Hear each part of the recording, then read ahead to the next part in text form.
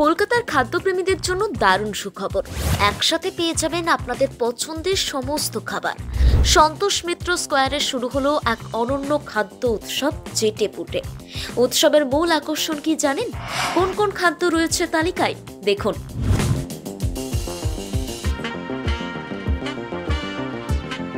শীতের মৌসুমে জমিয়ে খাওয়া দাওয়া করতে কার না ভালো লাগে।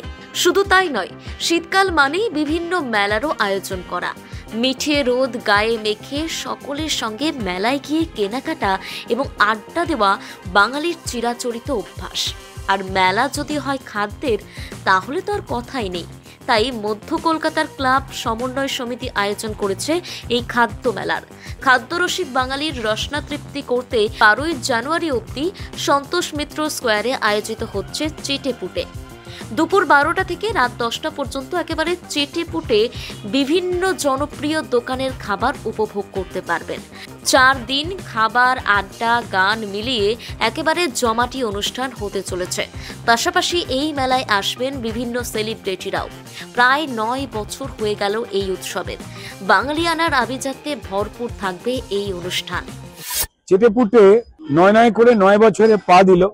এখানে আন্তরিকতাটাই সব থেকে বড় হয়। তো সবাই মিলে জড়ো হয়ে 9 করে 9 বছরে এটাকে নিয়ে আসতে পেরেছে।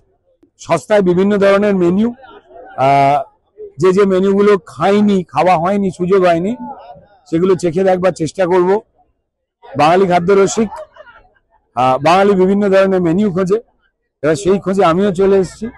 প্রচুর বন্ধু বান্ধবের সঙ্গে দেখা হয়ে যায়, যারা এই রসনায় নিজেকে তৃপ্ত এবং সম্পৃক্ত করতে চায়। সস্তায় পুষ্টিকর, পকেটের চাপ হবে না, খেয়ে দিয়ে শরীর খারাপ হবে কিনা সেই চিন্তাতেও ভুরু কুঁচকবে না।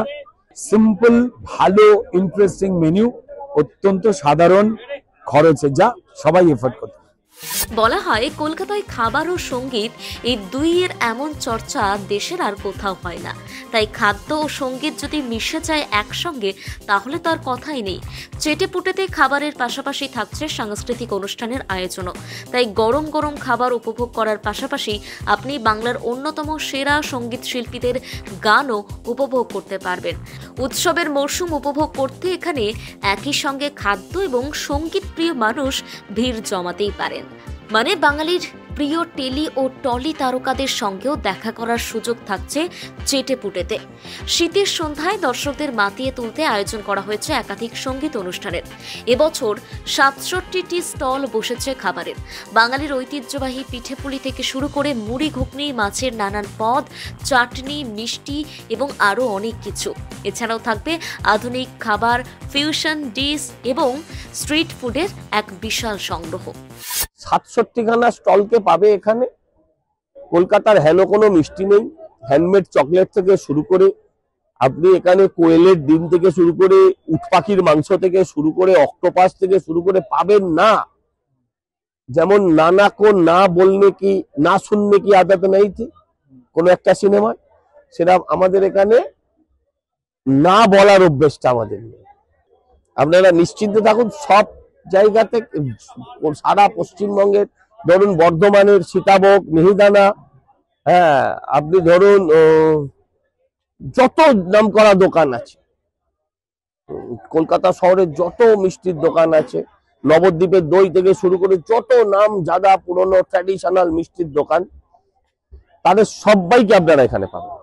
না শুরু হচ্ছে সবসময় নতুনত্বের খোঁজ করি আমরা।